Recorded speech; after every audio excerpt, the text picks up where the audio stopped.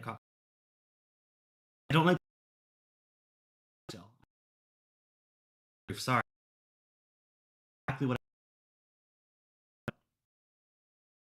just the flavor amplify just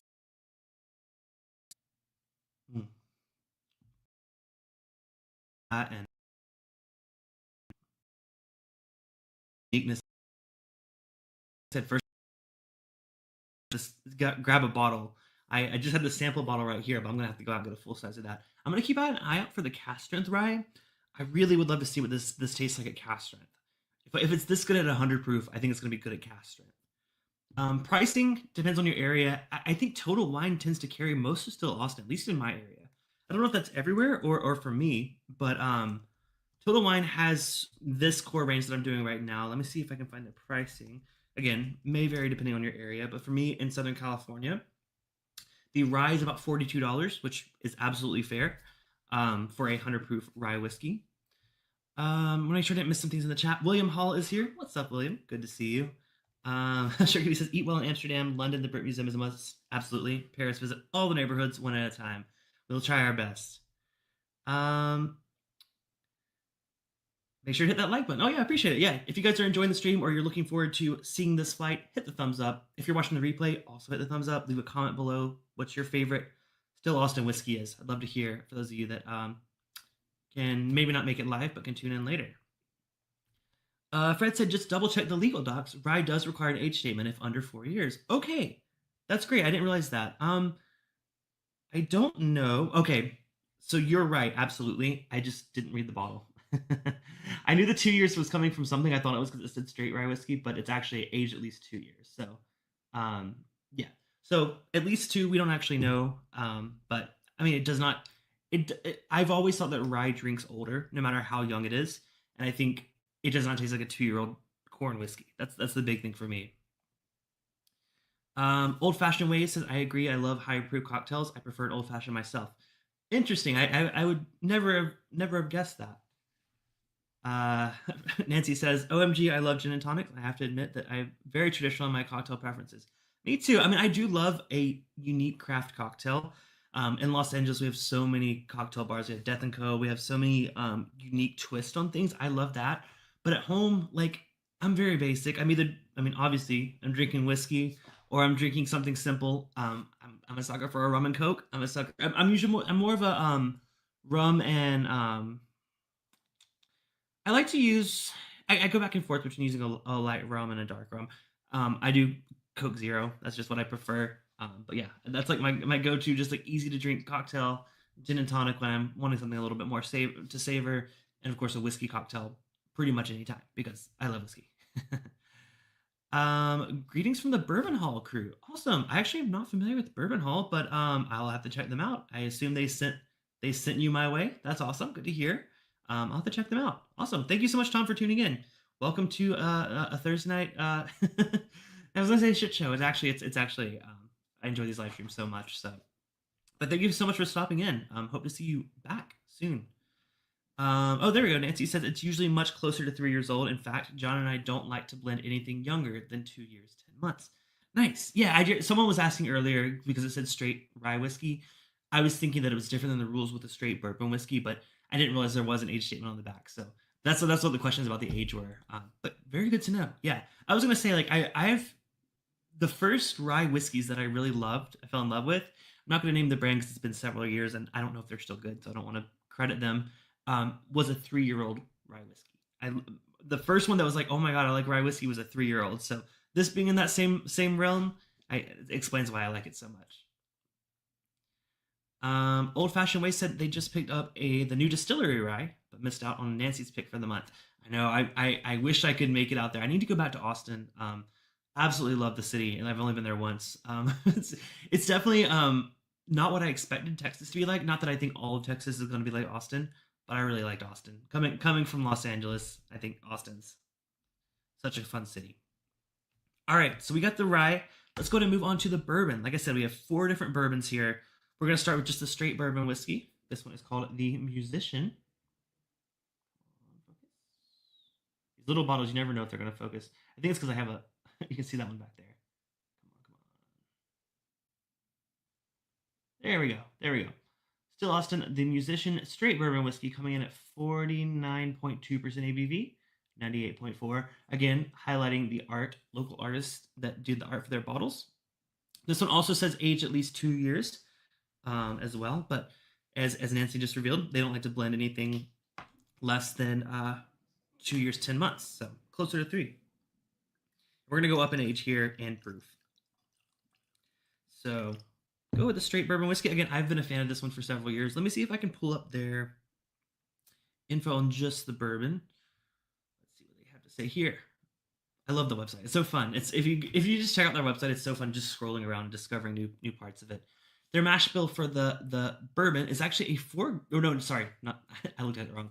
It's a 3 grain bourbon, 70% corn, 25% rye, and 5% malted barley, all from Texas. Again, they're sticking with local grains, which I think is such a interesting thing. I wish more people would do that. I would love to see spirits from every state use local grains. I think that'd be so fun to discover like what differences there are in just the flavor profile based on that alone, and climate, and lots of other things that go into whiskey. You guys know that there's a lot more involved, but I think that's really special, and I think that's why when I said that the price, it justifies it to me because it's something unique. It's something you can only make in Texas. By the way, price on that one is also $43 here in Southern California. Like it might vary in your area, but I think absolutely is a fair price for the craft that goes into this whiskey. Let's go and give it a nose. Mm, nice. I mean, as much as I said the other one was like a dark chocolate, on the nose, this is a little bit of like a milk chocolate. Yeah, I mean it's sweeter for sure, which is to be expected. I think a lot of just corn whiskey in general or bourbon in general is going to smell sweeter, especially when it's younger. There's a bit of a spice. I can't quite place it. Nothing too like overly complex or anything. It's very much a yeah, a bit of like a reminds me of like a pie crust or something. Yeah, a bit of like a pie crust chocolate. I mean, what is that? What is that chocolate pie? It's like chocolate pudding and like meringue. I forget. I've only had it a few times, but that's what my mind is drawn towards with the smell of this. Yeah, just like a really good sweet dessert. Let's go for a taste. Cheers.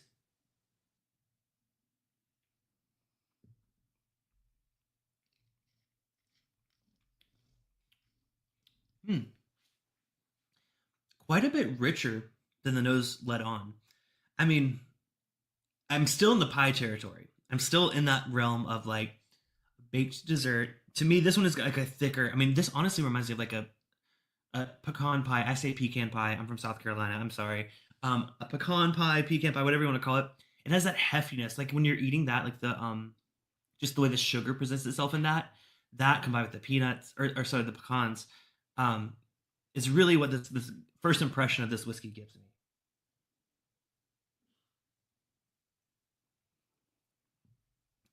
Again, so sweet. Second sip, it's leaning more towards the flavors that I would expect from a bourbon. But first sip, I was all in that dessert. Maybe because I was still thinking of the chocolate pie, chocolate mousse pie. Absolutely. Nancy says, being from the South originally, chocolate pie was a very common dessert when I was growing up. See, I think I've only had it. I'm pretty sure I had it when I was in Kentucky a few years back. It had like a special name in Kentucky. My grandma probably made it. Honestly, I grew up in a very Southern family. I'm assuming I probably had it as a kid. But something about the smell of that triggered that memory in me. Yeah. I'm really excited to see where this goes in the flight tonight compared to the bottled and bond, the cast strength, and the single barrel. By the way, for those curious about the single barrel, unfortunately, it's not a Nancy pick, but it is a Total Wine and More pick. Just grabbed this yesterday, actually. We'll get to this in the end. We're gonna save that for the end. We're gonna work our way up to it. So I'll show you a clearer picture later. Independent Joe in the chat. What's up, Joe? We were just giving you a shout out earlier, actually. Some folks said that you sent them over, so I'm really appreciate that, man. Hope you were doing well. Us Pennsylvania Germans have something called funny cake, but that wouldn't recognize you. Pie crust, but like marble cake in it, liquid bottle like a shoe fly. But chocolate instead of molasses, that is very confusing. I don't exactly know what you're going for there, but I'm sure it's good. It sounds delicious. It does. Michael says the barbecue whiskey bars and distilleries in Austin area are plentiful and awesome. So many good choices. Only bad thing out is I'm assuming that's balls in summer and cold in the winter for a NorCal kid like me. Well, listen. I'm from South Carolina. I'm very used to hot and humid. Love living in Los Angeles where we don't have to face any of that. But yeah, I'm down for that. I think when I went, it was in like September, October, which I think is a beautiful time to visit. Yeah, I'll definitely have to be back soon. All right, so we're gonna move on. We got the straight bourbon whiskey. I'm gonna keep coming back to it here. I want to work my way up to these three other bottles we have tonight. We have the Bottle and Bond, which is a 6-year-old release. We have the Cask Strength, and we have the Single Barrel Cask Strength from Total Wine. So my guess, in terms of order, it always depends on like what people recommend. For me, the order, I think I'm gonna go with the Bottle and Bond next because it's similar proof to the bourbon. Like I said, the bourbon came in at 98.4 proof. Bottle and Bond is coming in at 100 proof, obviously, with Bottle and Bond. I'm gonna see what I can pull up here on the website about this one. I've actually never had this one before. It's not a distillery exclusive. It's under the Bottle and Bond category. They have like 4 different releases of that, by the way. They have a blue corn bourbon, which Nancy was just talking about, a red corn bourbon, and a straight rye whiskey. And there's a 4-year rye whiskey and a 6-year rye whiskey. So this is the 6-year. Let's pull this up on their website. Make sure I have the right info here. Oh, sorry. 4-year straight rye whiskey Bottle and Bond, 6-year bourbon Bottle and Bond. That was the difference. Mash bill, exact same, 70% white corn, 25% rye, 5% malted barley, aged at least 6 years. So let's see what an additional 3-ish years does to this bourbon. Excited to give it a try. Fresh crack for me. Very large pour. It's fine. I have an after party to drink through. Yeah, so I mean there's nothing really that makes this different other than the fact that it's Bottle and Bond. If you're new to the channel, maybe just do a quick Google search to see Bottle and Bond, like what it means. There are a lot of rules that make whiskey Bottle and Bond, but I think the most basic of it is they're 100 proof always, at least 4 years old, aged in distilled in a single distilling season. And there's so many specific things. Like I said, I don't want to misquote things. Google Bottle and Bond, a certified bonded warehouse, all that fun stuff. Basically, Bottle and Bond Act was invented to prevent people from putting some sketchy stuff in whiskey, which used to happen in the old days. So I think I've done a whole Bottle and Bond episode on the channel before, so search my channel for it and get the full details because I don't remember it on the spot right now. Nancy says, as an FYI, the Nancy's picks are very close to now being 7 years old. This summer we'll finally see 7-year-old releases. Oh, I'm assuming those are distillery only. Oh man, maybe I need to find out when those releases are coming out and make a trip down. That's I've been a fan of Still Austin for years now. I think their core lineup even several years ago was good. I'm so excited to try it now older. Like I said, this is the oldest Still Austin I think I've had. The 6-year Bottle and Bond. Is this a new streaming format? No, it's actually just my normal one. I actually just forgot to change my color to my normal color. This was my St. Patrick's Day color. But no, same StreamYard. StreamYard's where it's at here. All right, we just poured the Bottle and Bond bourbon. Let's go ahead and give it a nose, see how it's different. Oh, yeah. I mean, first of all, you can immediately tell that there's more age on this. To me, it has that. Oh, I mean, it still kind of reminds me of the pie crust, but it's more of a graham cracker. I don't know. Is there even a difference between pie crust and graham cracker?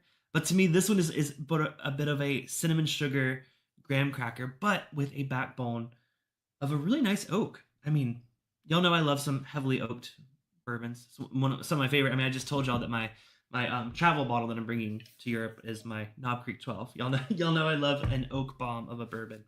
But this is kind of reminding me of those characteristics that I really like. Not overly charred or overly I don't know how to put it. It's not like a bitter oak on the nose, at least. It actually meshes very well with that graham cracker note, almost a little bit of marshmallow. I got milk chocolate on the bourbon, and then graham cracker and marshmallow.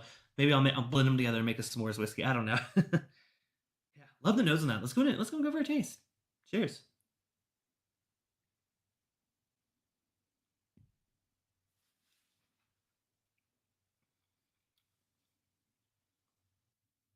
Palate is actually very similar to the nose. Again, that oak flavor is not coming across as bitter. As I not that I worried, but I just kind of thought maybe it would come across a little bit tannic on the palate. It actually doesn't. It actually complements that sweeter, again, it's still graham cracker for me. This one is feels almost like, I don't want to say it feels like a lighter body, but there's a brightness to this that wasn't on the standard bourbon. I don't know if that's coming from the fact that it's older or just where it was aged. I need another sip of that. That was surprisingly different than I expected.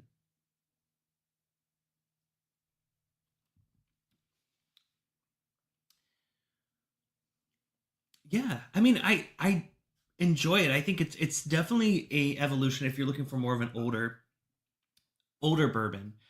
To me, it's a little bit harder to pull out specific flavor profiles on this one. Sorry. A little bit harder for me than the standard bourbon. To me, the bourbon to me was jumping with specific notes. This one I'm gonna have to spend some more time with. Like I said, it's a fresh crack. I do enjoy it. Oops! Oh my gosh, I'm gonna spill everything tonight. Um, Pricing wise, by the way, on the bottle and bond, it comes in at $79.99. So a good bit up, but it's again close to twice the age, and definitely more in your realm of a traditional bourbon. Like you say, a lot of bourbons we're used to are in the 5 to 9 year range. So this was definitely more in line with those flavors, but I'm looking forward to diving into this one a bit more, seeing what I can dig out there because it's good. I like it. I just feel like the straight bourbon itself is so good that I'm like, is this? Do I think it's twice as good? I don't know. We'll come back through at the end. All right, we got to move to Castron. We got to keep it moving. So, before oh, you're talking gin, nice. Graham cracker crust is delicious, but yes, not all crusts are graham. Whiskey Paris said is graham cracker is a whole grain and was invented with a very specific purpose. S'mores, maybe. Now Creek 12 would be a great hotel room port. That's It's just our standard. I mean, I think it's such an easy one to just relax, wind down with, or pregame. You can do like both. You can wind down with it, and you can also like pregame your night with it. So I'm excited. Can we see? Please see the bottle by the top. I'm thinking it's the high rye. Oh, absolutely. Did I not show the bottle on this one? I'm sorry. I probably skipped over because we went from the minis to the full size. Yes, of course. This is the Still Austin Bottle and Bond. Of course, love that art there. That's so awesome. Age 6 year old, 100 proof. He said based on the top, I'm thinking it's the high rye. Oh, that's not going to show up. It just says bottled and bond on the top. It's a bit of a yellow label with the symbol there. No, it says on the website the rye is the same as the rye in the regular mash bill. Unless I'm wrong, this is the fall 2024 release of it, by the way. Yeah. So I like it. I wanna explore it more and spend some more time with it. Do I have the 5 year old versions of the bottled bonds? Unfortunately, I don't. Like I said, this is the first chance I've had to buy a bottled and bond from you guys or from Still Austin. I'd love to. Curious to see how they would compare, especially because you're apparently working on like a 7 year. I mean, I can imagine doing a 5, 6, and 7. That's such a fun thing. I wonder if there's maybe you know how like they have the. I mean, some of you may have seen that Still Austin does like a set that has like their rye, their bourbon, and their cask strength. I would love to see a bottle and bond set that has all the bottle and bonds, either the different years or the different grains, the red corn, the blue corn, the rye, and the bourbon. I would absolutely buy the heck out of that set, and I would do a whole other stream about Still Austin. That'd be a lot of fun. Michael said I can check the Still Austin Distillery for you when I go in July, and Mule Distillery only bottle for you. I'll be in SoCal at the end of August to see my son at UC Irvine Shakespeare Festival. Oh, well, hey, stay in touch. Follow me on Discord or Discord's where I'm most active, but shoot me a message on Instagram. That sounds awesome. I'd absolutely love to meet up, and I would actually love a distillery only bottle. That sounds amazing. Cheers to you. Thank you for that. What did I see? Someone, Steven Shelfsip. Did I miss someone come in? I'm sorry. I was just chatting. I'm looking for the person. Oh, there we are. There we are. Cheers. Oh, it's Sugar Kitty's birthday. Oh my gosh. Happy birthday, Sugar Kitty. Well, no wonder you're awake. Hopefully you're drinking something good. But awesome. So many new folks. Thank y'all for tuning in. If y'all want to come back, I'm here every Thursday, except for the next 2 weeks because I'm on vacation. Same time, 7 p.m. Pacific, 10 p.m. Eastern. But I'm not going anywhere. We got 2 more bourbons to drink, and then I'll go to our after party. Next up is the Cask Strength Bourbon. So let me pull up the page here. Just have some info to reference while we are drinking. Cask Strength Bourbon. They also have a Cask Strength Rye, which I mentioned earlier. I've not had a chance to try it, but I'm sure I would love it. All right, Cask Strength Bourbon. Let's show you the bottle. Same label as the regular bourbon, coming in more of a dark, obviously like a darker color label. Cask strength bourbon. This one is, let's see, focus. Come on. There we go. 58%, 116 proof. 100% Texas grown grain. Mash bill's the same, 70% corn, 25 rye, 5% malted barley. Yeah, cask strength. Oh no, I love some high proof whiskey, so let's get it open. By the way, what do y'all think of the hat? Some new merch on my website, bourbonbytes.com, which is the same place you can join the Byte Club. Yeah, I have some cool merch there. If you are a member of the Byte Club, by the way, you get a 15% discount on all merch. So, only through the end of March, though. So, if you guys want to get in on that, please join. Reminder, we're doing a giveaway at the end of the stream tonight. Someone's going to win samples of all 5 of these whiskeys, including the rye, the bourbon, the bottle and bond, the barrel proof, and the single barrel cask strength. So, right now we have all the folks. We also need to add, we had the newest member join us, Michael. Michael, your name is going on. Why did I put Wheel of Whiskey? That's literally, why did I write that?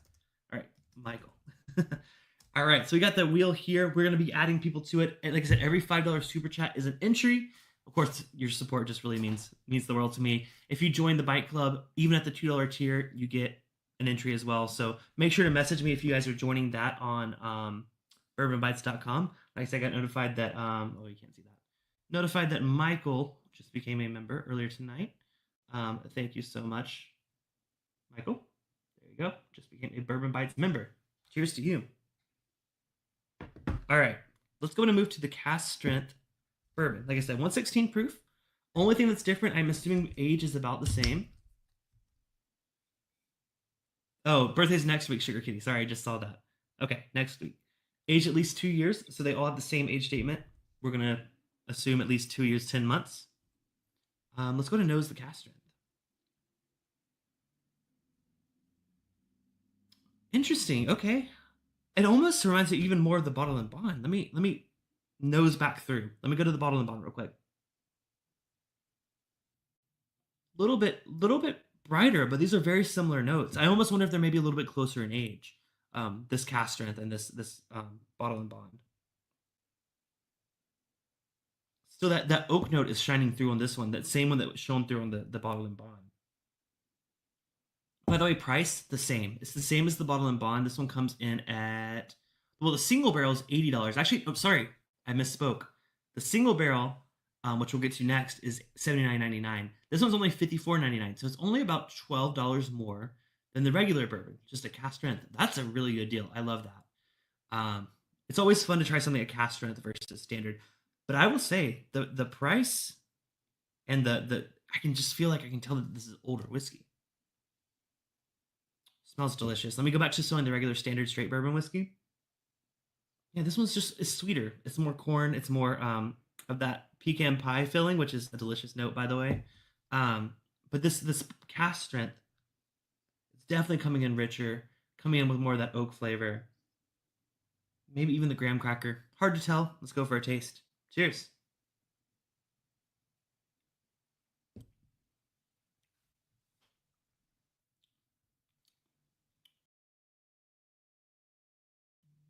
Oh, wow.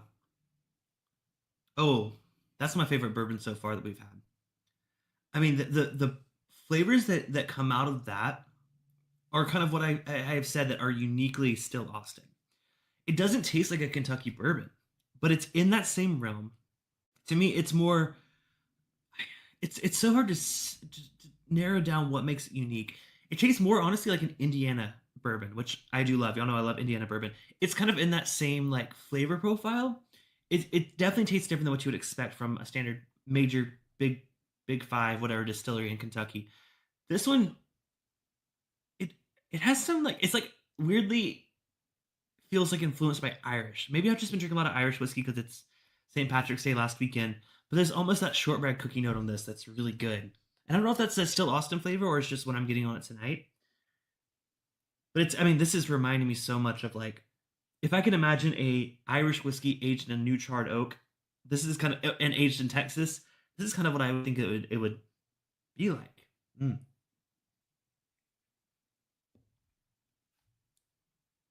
They do have another bottle and bond release, which is 100% Texas rye.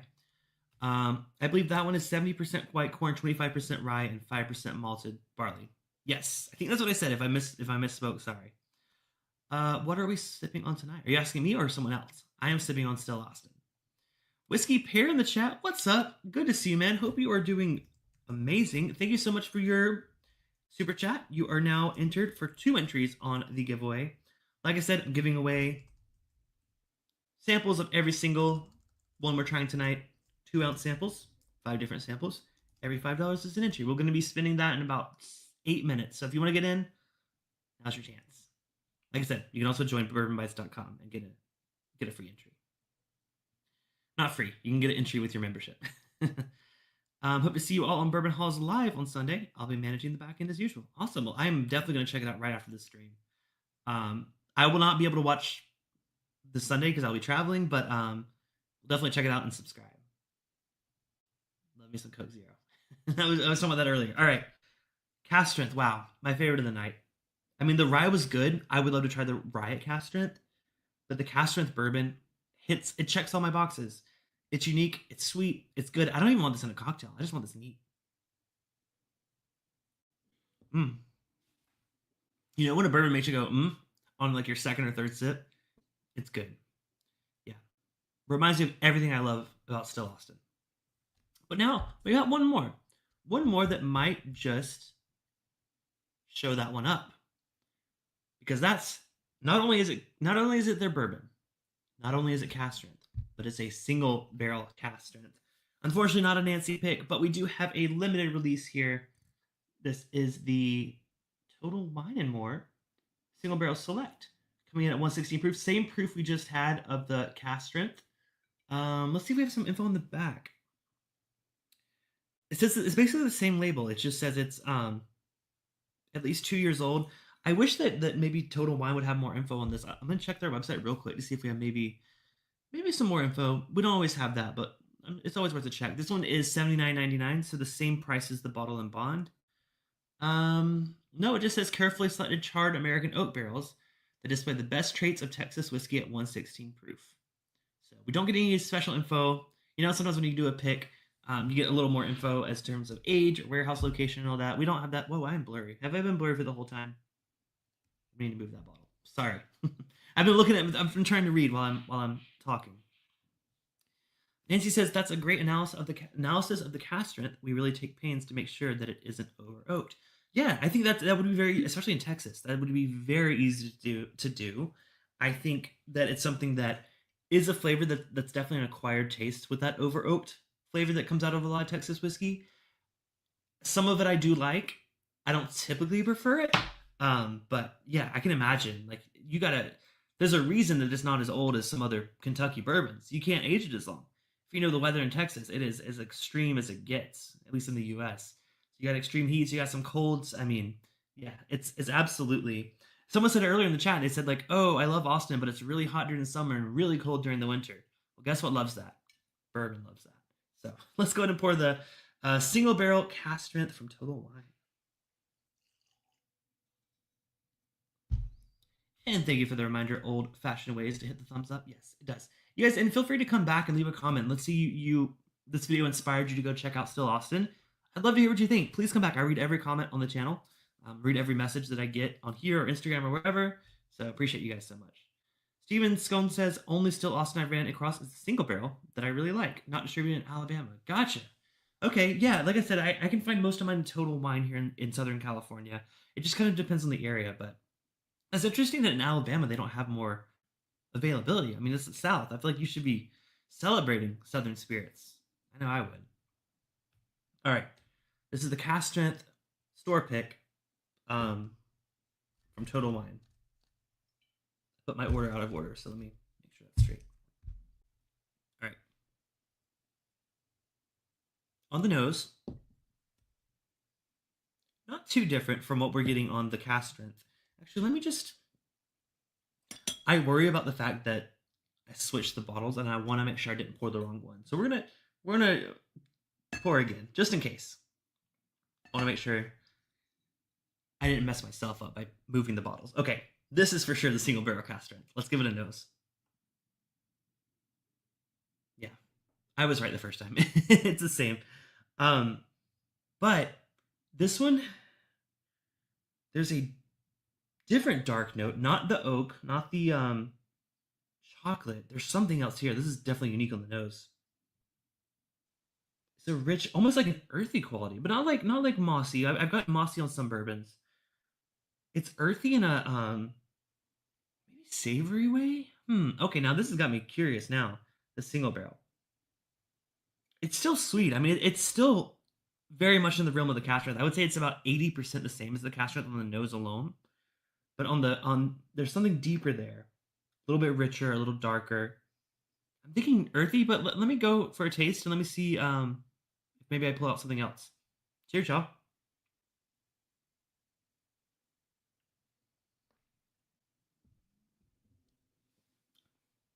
Hmm. There are some nuances there, and I think that's kind of what single barrels are all about, right? It's not that it's so wildly different flavor profile than the standard cask strength, but there are some elements to it that kind of are unique to it compared to kind of what the blend is.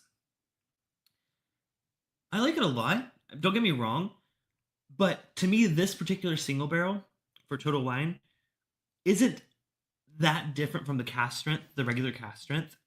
So for me, the price point, this one coming in at 79.99, this one coming in at 54, I said. This particular single barrel, I would absolutely grab the cask strength over it. I do think there is an improvement with the single barrel. I just don't think that this particular one is kind of blowing my mind the way that the cask strength did for the price. Now again, this is the only single barrel I've had of it. Actually, no, that's a lie. I have had a single barrel cask strength pick that was a New Orleans Bourbon Festival pick that I had last year. Blew my mind. Delicious. One of the best whiskeys I'd had all year. I think it actually, I don't know if it made my top whiskey of the year or my top 10 whiskeys of the year, but it definitely was one of my favorite picks I've ever had. This one, the single barrel's not quite there. I will say that one that I had at New Orleans Bourbon Festival, absolutely worth the $80. I'd buy another one if I had the opportunity to. Delicious. This one doesn't quite do it for me, but I still say the cask strength, such a delicious pour. Maybe if you know a store that you absolutely trust their palate, me personally, Total Wine's not quite the store that I would choose to base my palate on. We have a really great store here in Southern California called K&L Wine and Spirits. They're also in Northern California. I trust their picks. I love their picks. I don't know if they've done a Still Austin pick. If they have, I'm gonna have to seek that out because I imagine they probably picked a good one, just like Nancy does. Uh, Speaking of Nancy, she said I should add that we already have barrels that are now 4 to 5 years old that are part of our 10+ year maturation program. Oh, okay. So we're thinking like some older releases. That's interesting. I'm curious to see how. I've definitely never had a Texas whiskey that's old. Is there anything special about what you guys are or what Still Austin is doing to them that kind of makes sure they don't go into that over oak territory being in Texas? Because I mean to me I would just be afraid like oh one hot year or one cold year could like turn those barrels. I'm really curious. Is it like a different kind of warehouse has some temperature control? Love to hear. I mean, not that I'm meaning to interview you here, but you're here, so I actually really appreciate your insight. Oh, I read the wrong message first. Sorry. We're actually working on some bourbons that we plan to lay down for 10 to 12 years. We do this by using old French cognac maturation and production methodologies. Well, there's the answer to the question I just asked you, so I apologize. I should keep up with the chat a little bit better. That's awesome. Interesting. I will say I've been kind of exploring some older Armagnac here. Apparently in Southern California we get a ton of it. I have some bottles from like several years before I was born. I have one that's like 30 years older than me, which is crazy. I mean, I'm not that old. Like I'm 31, but I had one that's like from the 50s and 60s. So that's really cool. But yeah, that's interesting. I know that stuff is delicious at those older ages and it's not over oak. So I think that's you're onto something there. I mean, obviously. That's a good point. Michael says Iron Root doesn't get over oat either. I agree. Iron Root is actually my second favorite Texas distillery. Still Austin's always been my favorite. Just the culture, the brand, the bottles. Always felt like Still Austin was my favorite. But Iron Root, some of their blends and their finished whiskeys are delicious. So agree with you. Those two are actually my favorite Texas whiskeys. They do have some similarities, and I think that's why I like them so much. Total Wine pick. I know. New Orleans picks are great. Absolutely. Big barrels. Gotcha. Basically, aged fortified water is a 250-year-old cognac technique of adding old cognac to water rather than water to spirit, and then aging it to about 20 to 25% ABV. Wow. Oh my gosh, I need to do my research. That's awesome. Yeah, I mean, there's so much science behind it and so much art behind it that I just can't even imagine. I mean, what a fantastic industry to be in, Nancy. By the way, if you I know you're taking a break right now, but if you ever want to come on the channel, I would love to interview you. Like my streams are an hour long, they're nothing too crazy. But if you have like a brand or a project you're working on, please let me know. I'd love to have you on. I'd love to talk about it, even if it's a new brand. I just again I enjoy watching you on other people's streams, and I appreciate you stopping into the chat tonight. It's been a huge pleasure having you here. 1970 Armagnac, nice. Yep, yep. I probably bought the same one too, actually. Well, awesome. I think that about does it for tonight. Thank y'all so much for watching. This was so much fun trying new releases that I haven't had before. The rye just makes me crave the cast strength rye. The cast strength bourbon, my favorite of the night. But really, this bottle and bond series, I'm very curious to see where it goes. Love to try the different corn varieties. I'd love to try the rye version. There's so much still Austin that just makes me excited. So I'm gonna keep an eye out in my area. Michael, let me know when you're down there because I would be very interested in some distillery exclusives. Our selection is limited here in Southern California, but I would absolutely love to try more.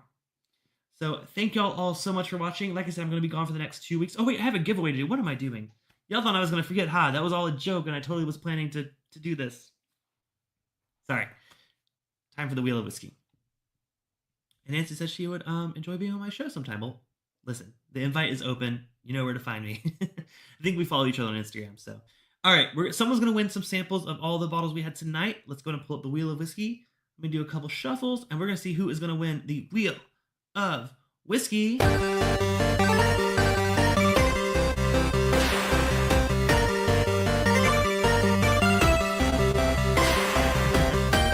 do you know? Tony Bag of Donuts, who has sent me many samples, so he is well deserving of winning this tonight. Congratulations, Tony. I have not seen him. I know he's been traveling. I will make sure this gets in his hands. But thank y'all all so much for watching. Thank y'all for tuning into the replay, watching live, wherever you guys are doing. Make sure to come back here most Thursdays. I will be updating some photos from my trip over on Discord. If you're not yet on our Discord, go to bourbonbytes.com, click the Discord link, join our community. It's so much fun.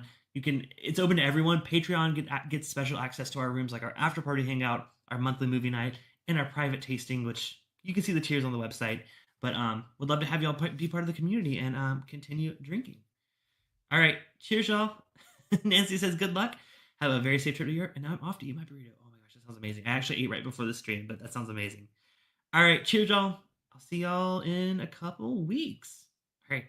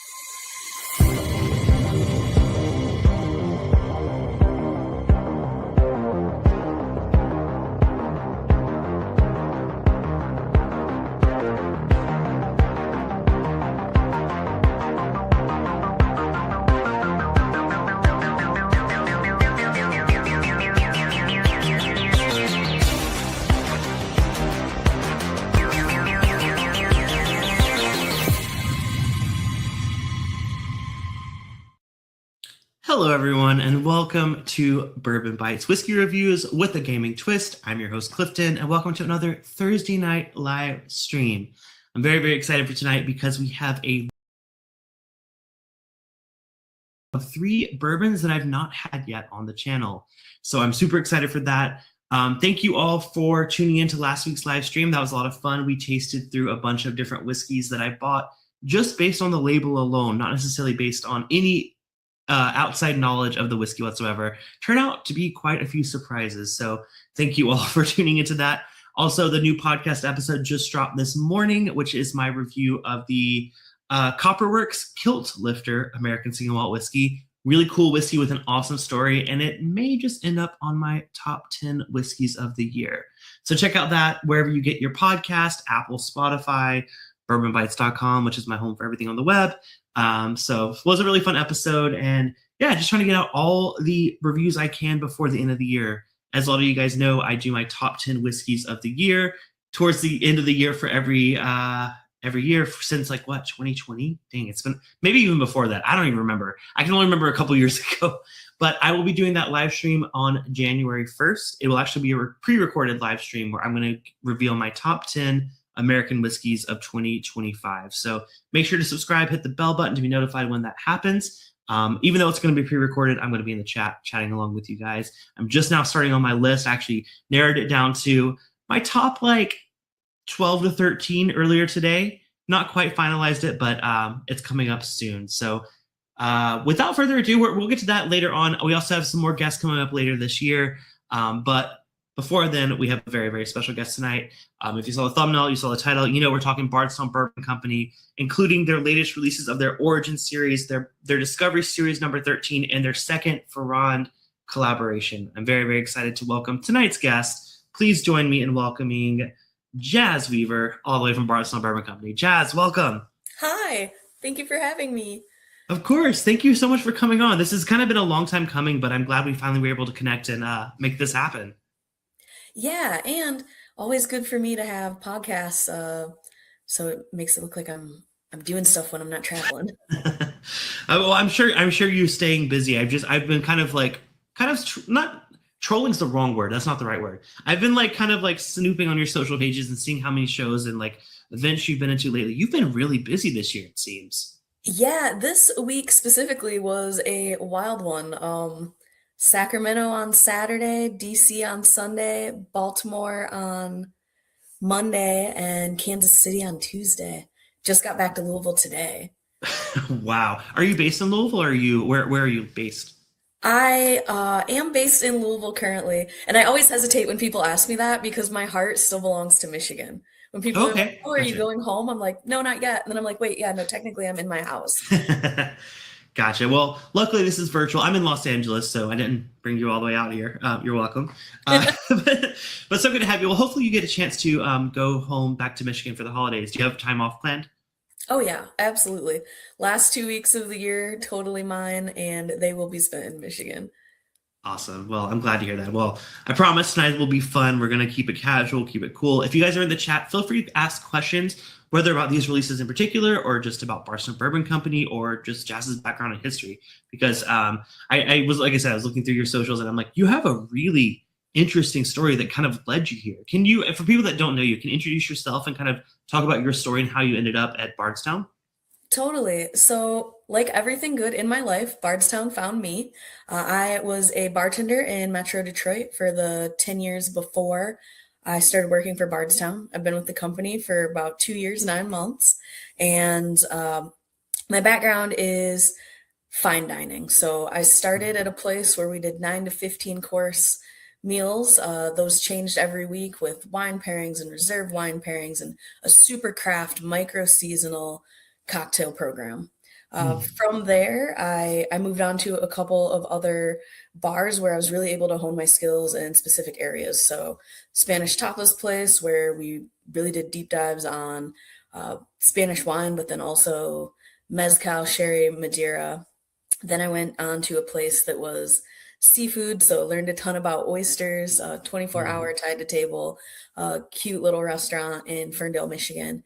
And then ended up working for a place where I did a ton of single barrel picks, and then ended up opening the nation's first fragrance bar. So perfumery by day, cocktail bar by night that pairs cocktails to those fragrances. And then ended up at a place called Frame, which was dual concept. So once a month, one side would change with a visiting chef, and then every 4 days, the other side would have with chefs from around the nation. And I happened to be doing a Bardstown and barbecue dinner, and their head of marketing were at that dinner and said, "Hey, we think that you would be a pretty good fit for the company." And then the biggest and best adventure of my life kicked off. So a long path, but it got me where I wanted to be. I mean, it sounds like even from like the early parts of your career, like you were very focused on either not just pairing, but just like nailing down what makes things work. I mean, even the art of cocktails, I love a good cocktail. I'm huge. Like whenever I travel, I always go to cocktail bars, but it's always something that I feel like is such a unique talent to know, like when you're making your own cocktails, like what spirits are going to pair well with what, like liqueurs and syrups and everything like that. I mean, how does something like that translate into, you said like Bardstown found you, but how do you think that like when you first saw the opportunity, you're like, yeah, I could do that. What part of your experience kind of felt like a best fit for moving to something like Bardstown? So it actually felt really, really natural because part of what I think made me a good bartender is that I was playful with flavors. I was always Mhm. experimenting, and it's okay to try something and have it not be great because now you know, and maybe you learn something more about the ingredient and you're going to be better able to honor it in the future. And Bardstown was out here coming out with really unique bottles. Like I knew that every time something was launched from them, that it would be a brand new flavor profile. And so I'm not sure if I could have worked for another brand that was just known for like, oh, these are the four things that we make and they're going to be the same Sure. forever. So I still get to have that like playfulness and witness a lot of experimental stuff going on with the whiskey. Um, I didn't think that I was going to be really, really into public speaking, but I guess bartending is partially public speaking. The only difference is now I'm not able to make up an excuse and like walk away. Be like, oh, if I gotta fill these waters, like talk to you later. Um, but I think I'm getting better and better at the public speaking part of it all the time. Yeah, no, absolutely. Like we were talking a little bit before the stream started, and just I've been seeing you on so many other people's podcasts, Embellish podcast, Whiskey My Wedding Ring podcast. You've just been really just like honing, like and really stepping in for people that maybe don't have the opportunity to visit the distillery or make their way to Kentucky, and just really bringing exposure to the brand nationally on a scale which I think it's something really special. Some people are really good in person, but they're not great on podcasts. But everything I've seen you on and heard you on, you've been great. So I'm so excited to have you as a guest. Thank you. That's very kind. Yeah, I think I will always tell people, the best way to get to know us is to see us at our source. Go to the distillery in Bardstown, eat at the restaurant, take the tour, or stop at our Louisville tasting room on Whiskey Row. But short of that, hopefully I can bring pieces of the distillery to people, whether it's through a podcast straight into their living room or whether it's in their city through a sensory experience. So I'm doing my best. Definitely. Well, I want to say hello to a few folks here in the chat. Maureen Franchi, I was talking to her earlier today, and she was very excited for this interview. She says, Jasmine is so much fun. Oh, So thank you. good to see you, Maureen.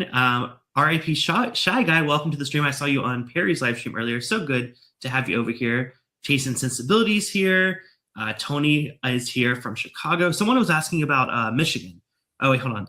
Well, for Don Nishida, who's currently in Colorado, he said, so he's making a reference to the fact that I did a top 10 whiskeys of the year countdown for 2020, because 2020 was a crazy year.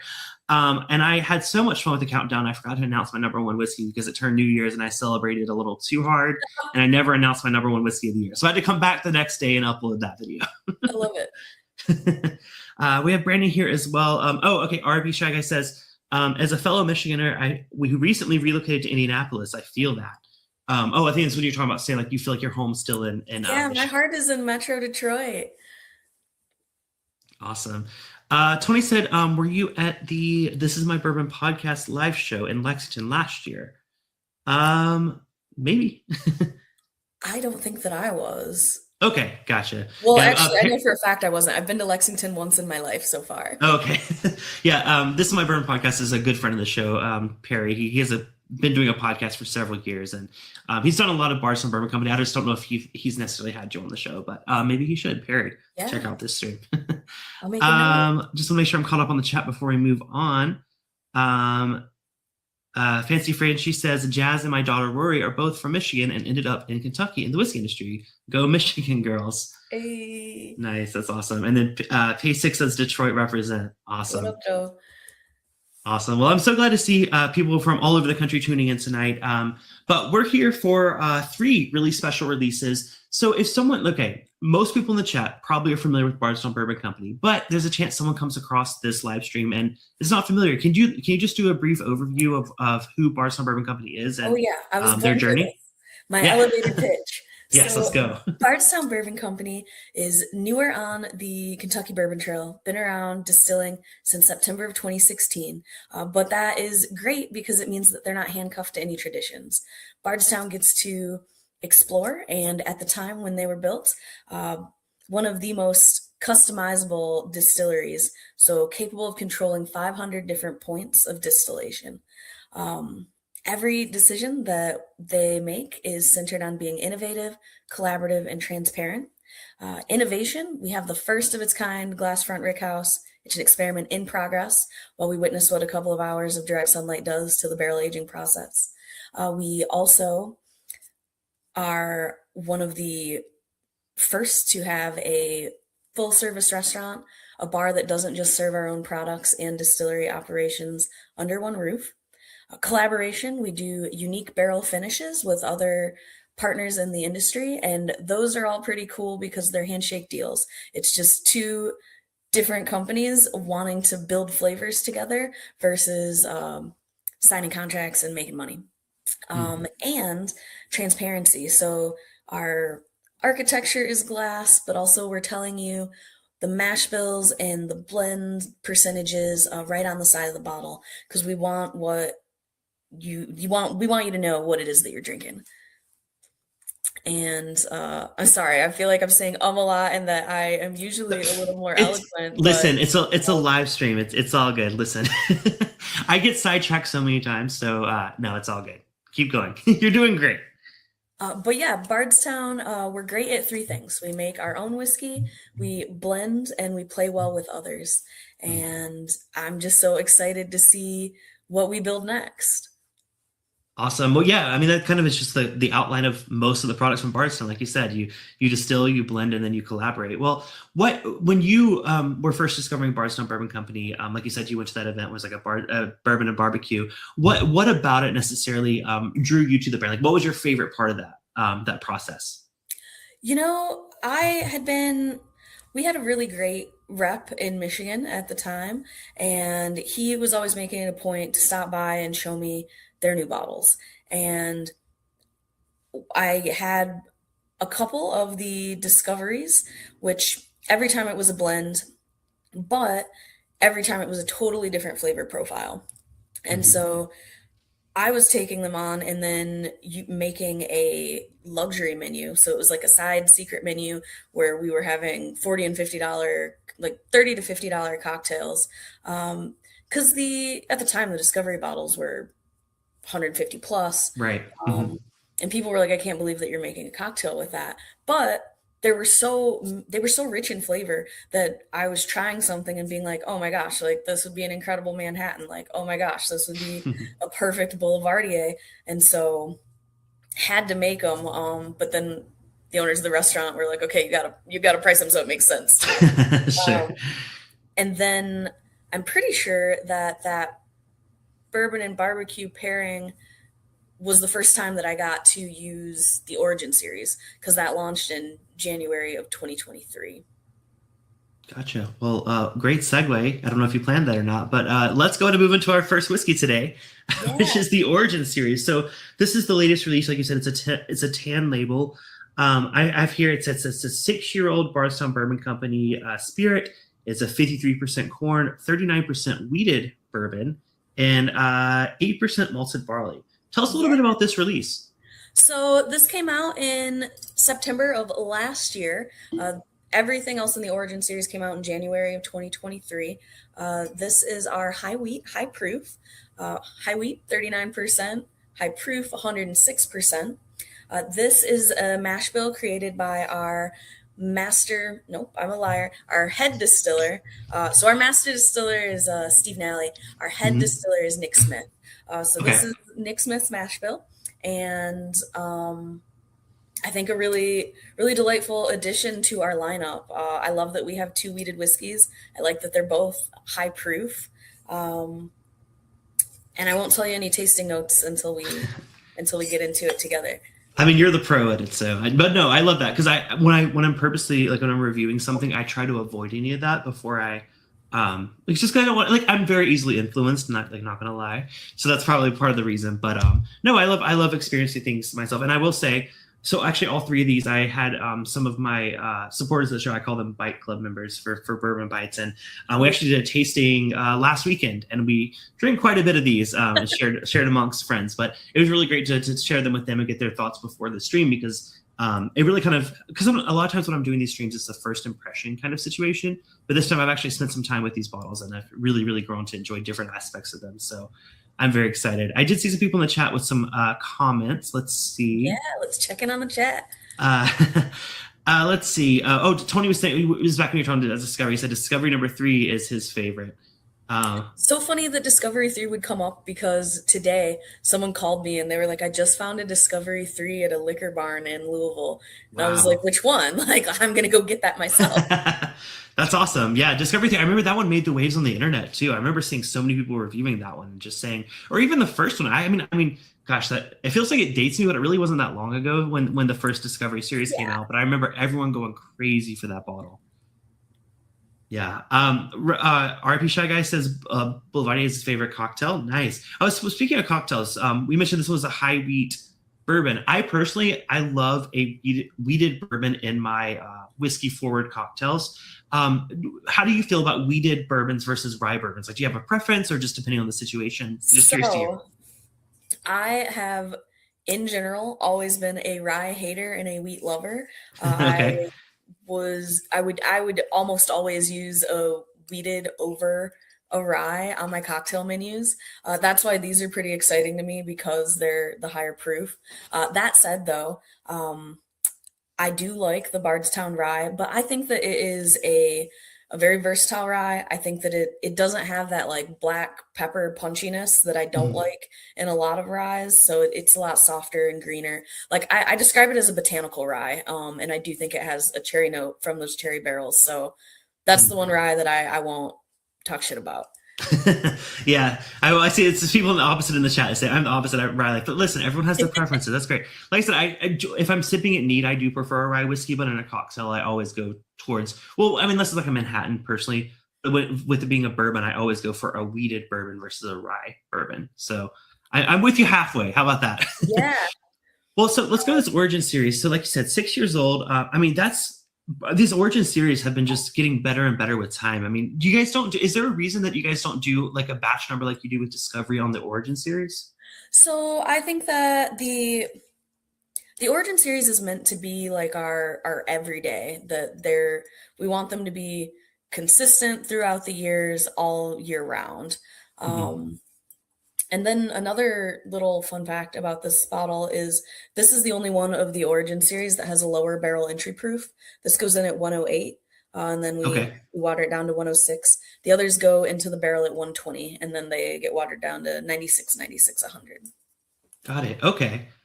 Yeah, I mean, I think this one, I'm looking back at my notes and when I tasted it with some friends over the weekend, on the nose, like it was a good mix of people giving different things. Some people were saying there's like milk chocolate. Some people are saying a bit of orange, like an orange zest from like a cocktail. My main tasting note for this is citrus. Like I think that this is corn pops and lemon peels all day. Yeah, that's nice. This is my first sip of it tonight, but yeah. And some people say on the palate, I keep saying some people. There was only 3 of us tasting it. I act like it's like a whole group of people. It's literally just 3 of us. People. So, as if one of them's in the chat here, Todd was one of our Bourbon Terabyte members, which is that tier on Patreon. So, but actually, someone mentioned a good comment. I won't take credit for this one. They said malted milk ball on the palate, and I immediately was like, yes. I get that chocolate, not just the chocolate, but the chocolate and kind of like cereal grain kind of note to it as well. No, that's a great tasting note. And I'm going to make a little note of that because maybe I'll use it for like a future sensory item. Yeah. I mean, like I said, you're the pro. Well, tell us, what do you get on Origin? Like what makes this whiskey special for you? I think of it as kind of the light side of wheat. I've described it this way a couple of times before, but I think that it's bright and because of the citrus, I think it's a natural, uh, like, I think it would be naturally good in like a paper plane. I think Mm, that any cocktail that you'd be using a lot of citrus in, this would just get along like swimmingly. I also get like a little bit of stone fruit, like apricot. Um, mm. but yeah, mainly it's that I'm a sucker for wheat, and I appreciate that it's a higher proof wheat. A lot of the time, um, people find wheat to be very soft, which means that it Right. doesn't stand up necessarily in some of your boozier cocktails, especially if you've got some like very herbaceous amari. But I think that this does. Yeah, I think I've always said that. I won't mention the brand, but there's a brand that I'm like, I like all of their high proof offerings. It's the most common weeded bourbon on the market.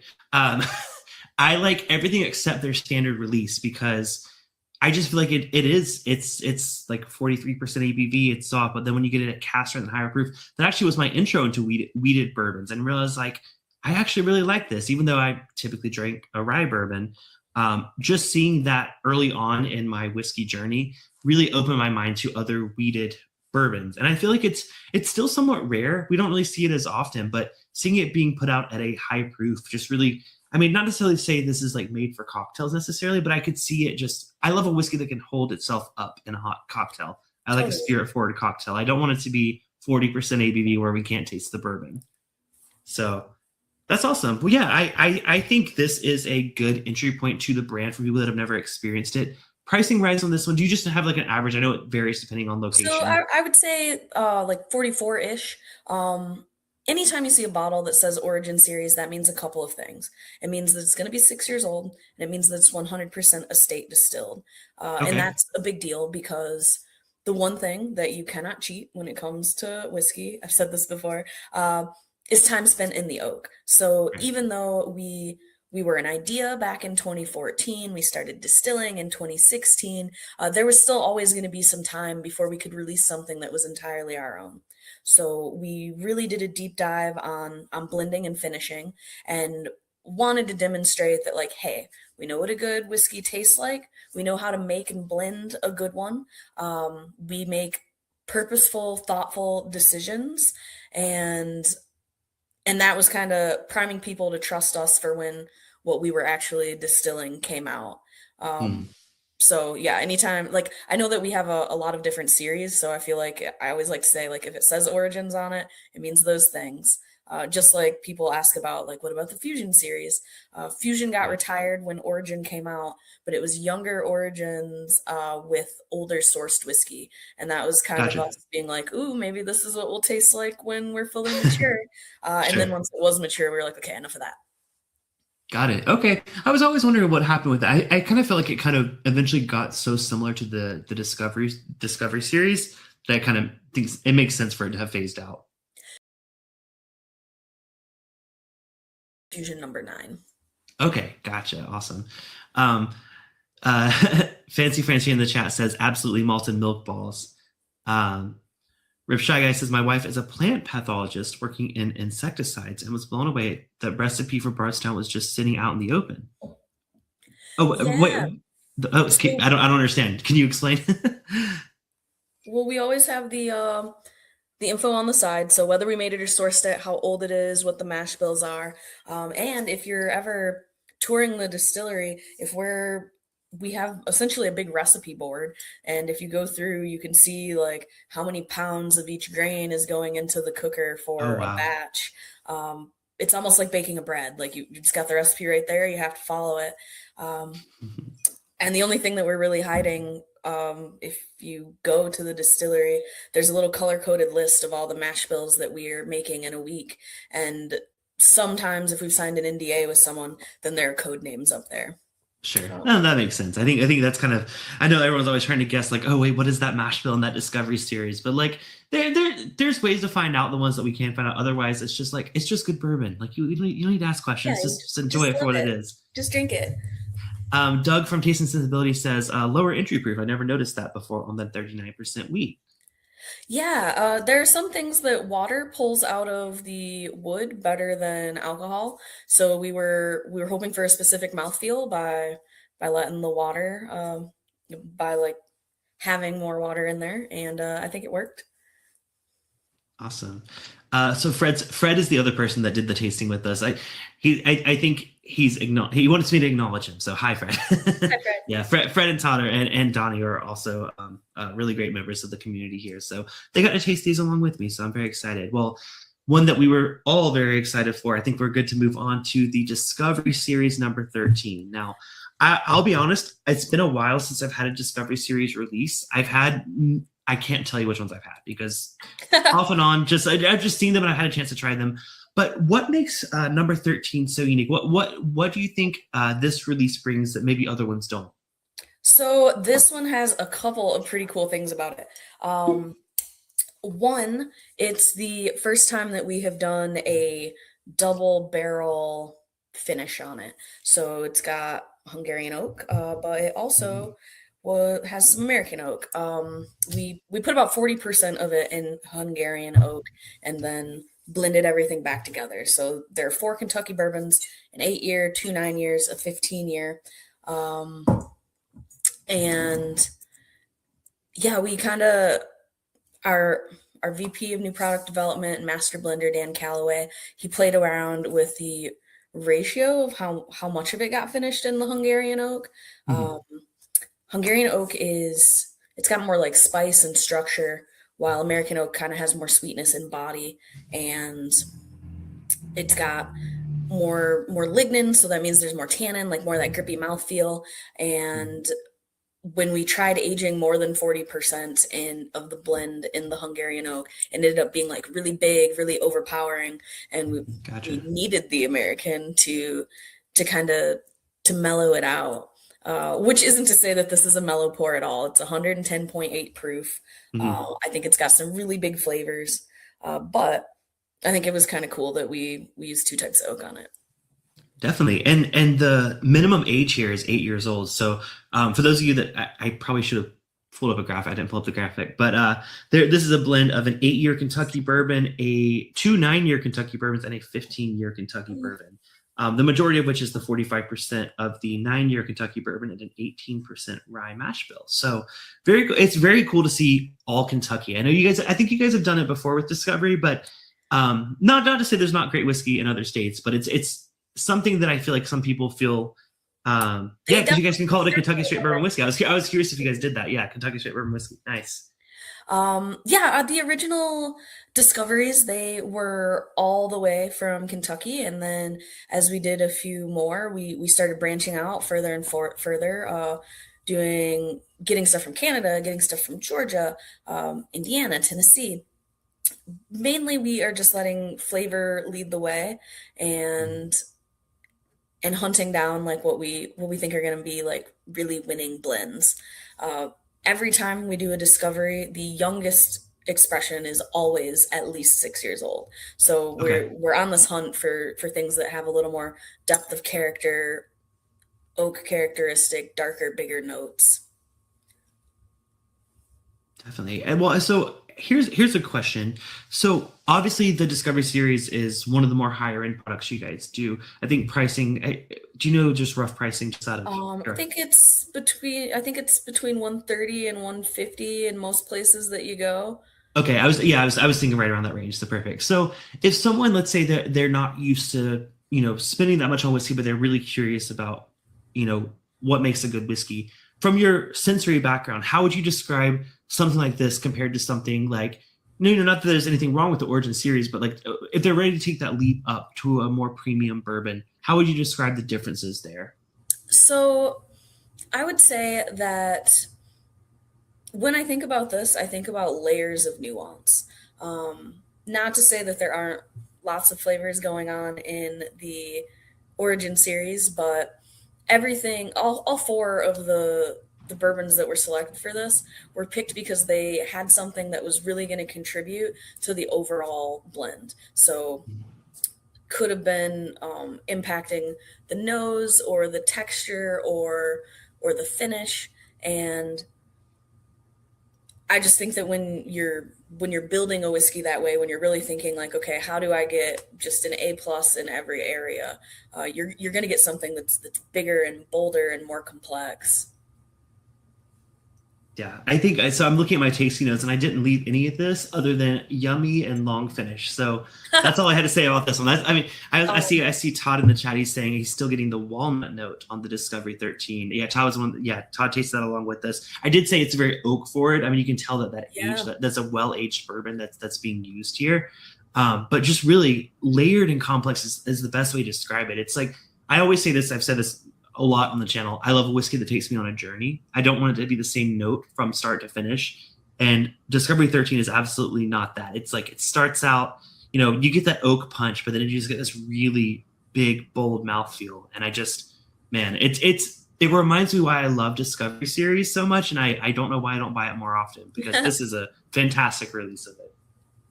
So on the nose, I get like honey, oats, and bread. Like if you were baking a bread and you drizzled like honey and oats over it. Okay. But Hungarian oak is known for its spices. Like people tend to get a lot of baking spice out of it. So for me, I get some nutmeg on this one. And then also probably like some toffee, a little bit of caramel. But I absolutely agree. Like it does have those like big, like woodsy flavors. Like I feel like it's not a flattering tasting note, but like people say it in wine, but almost like forest floor. Yeah, no, yeah, definitely. I either say earthy. It's kind of like, it's hard to say earthy because I feel like people are like, what? But sometimes like forest floor is a great way to put it, because like it's a difference between that and like mossy, and like there's so many different. I'm not the best at nosing notes, and people know that. They watch me, but like, yeah, forest floor is one that I have given, so I'm at least familiar with that one. But yes, absolutely. But okay, I will also say, give yourself a little bit of credit. Everybody has a better palate than they give themselves credit for. You just don't quite have the vocabulary for it yet. Like I still struggle. Okay, there is a whiskey, and I won't tell you which one, and I always get a distinct baby powder note out of it, and I don't think that. Like, I don't think that it's actually baby powder, but that's the best word that I have for it right now. And it's like one of those things where it's like, okay, this isn't quite it, but, and I know that one day I'm going to be at another tasting and someone's going to be like, oh, this tastes like blah, blah, blah. And I'll be like, the word that's been eluding me for 15 years. And now I'm curious. Now maybe we'll get an answer from her for later on. I will say, so when you said, my third pour. When you said baby powder, it actually kind of reminded me of, so a note that I get that's really weird on, I'm not the biggest Four Roses fan. I always get like a sweet tart, kind of like a powdery, sugary note on Four Roses. And when you said baby powder, I'm like, maybe she means Four Roses, but maybe not. Is it not Four Roses? It's not. Okay. I thought I would guess. I'd go for a guess at least. If you had guessed right, I would have told you. Okay. Appreciate it. Yeah. So I think everyone, like you said, like everyone has, people are always, when I'm introducing bourbon to people, they're like, oh, I don't, I mean, it kind of echoes what you just said. They're like, oh, I don't know what to say about this. I'm like, there's no wrong answers when it comes to your personal experience. It's based on what you've eaten, what you've tried throughout your life. So if you have a really unique nose or a unique note, it's not wrong. It's just how you experience it. That's how I say to people. Absolutely. And I think that that's so important to mention. Like, it depends on what you've encountered. There are times when people are like, oh yeah, I get marzipan on this. Like, I know what marzipan is. I've never had it. So like, it's not, I'm like, yeah, sure. Maybe it's there. And so Bardstown is owned by Lofted Spirits. There are 2 distilleries in their stable, Bardstown being one of them. Green River is our sister distillery. My counterpart for Green River, Karen Wells, their national brand ambassador, she grew up around like tobacco farms. So the smell of not an already dried tobacco, but like a fresh tobacco as it's drying is a scent or a flavor and a fragrance she's able to like pick up really easily. But I've only ever been around like cigars after they're dried. So it's something where she's like, no, there's a sweetness to it. And it's like, I'm waiting for my chance to like smell a wet tobacco leaf so I can finally like understand what she's talking about. Yeah, I do actually. That's a note that I give a lot. I grew up in South Carolina, so tobacco farms were like pretty, not that it was like our dominant thing, but there were a lot of that. So I give that note a lot on my channel as I say tobacco. I don't mean like a cigarette, like it's not like a burned cigarette. It's just more of like the the raw the leaf itself. So yeah, so Totally. I didn't ever really think of it as something that, like, a lot of people haven't experienced that, and that's a good point. Maybe I should stop saying tobacco. Everyone's going to think I'm just talking about like cigarette smoke, and they're going to be like, "What the hell?" Um, Maybe. yes, Fred, I have tried Armagnac and I like it. Oh, he's already. Of course. Fred always brings that up. Oh. So do you get that same force floor note on Armagnac? It sounds like Fred does too. So sometimes depending on the one, um, I had not I hadn't heard of that term applied to it before, so that's exciting to me. I went to school for English, so I'm a lover of words. Oh, Um, awesome. I've only heard it because they've said it. It's not a oh, word that I use in nice. my vocabulary. Shy Guy says, I once had a Woodford Reserve double oak barrel pick that tasted like green apple Jolly Rancher. I've confirmed the same flavor. Huh. Interesting. You know I what? so there is place called Proof on Main. It's inside the 21C Hotel in Louisville. They had a Bardstown single barrel that was our high rye Kentucky straight bourbon mash bill, and it tasted like one of those like caramel apple pops that you get probably Mm. only on Halloween. Oh, And yeah. They're like, that, they're not green. You would think they're green, but they're like brown, right? yeah, Yes. absolutely. Okay. I know what you're talking about. And I was obsessed. It's my favorite single barrel that I've ever tasted. But the mash bill on that is 60% corn, 36% rye, 4% malted barley. And normally it's like a ginger spicy flavor Mm. profile to me. So I'm just like, man, like, so I love the green apple Jolly Rancher tasting note because Interesting. I've had I will that. say I get green apple a lot on New Riff. I love New Riff and their products, and to me they always have a green apple note to it. Speaking All of right. apples, we just came out with a distillery only release, a Ooh. 375 at the distillery in the downtown tasting room. It's called Normandy and it's Calvados, so an apple brandy finish. Um, and it's delightful. Yeah, you guys always, I mean, you mentioned, like, you collaborate with brands because you all just have the same love for spirits. What makes Bardstown, like, I see collaborations at a lot of different distilleries, but Bardstown, I just feel like you guys are always coming out with them. Do brands approach you guys, or do you guys approach brands? Like, how does that work? Because there's so many collaborations that you guys are doing. It's a little of column A, a little of column B. Um, we've gotten really lucky because I do feel like our distillery is a destination spot on the Kentucky Bourbon Trail.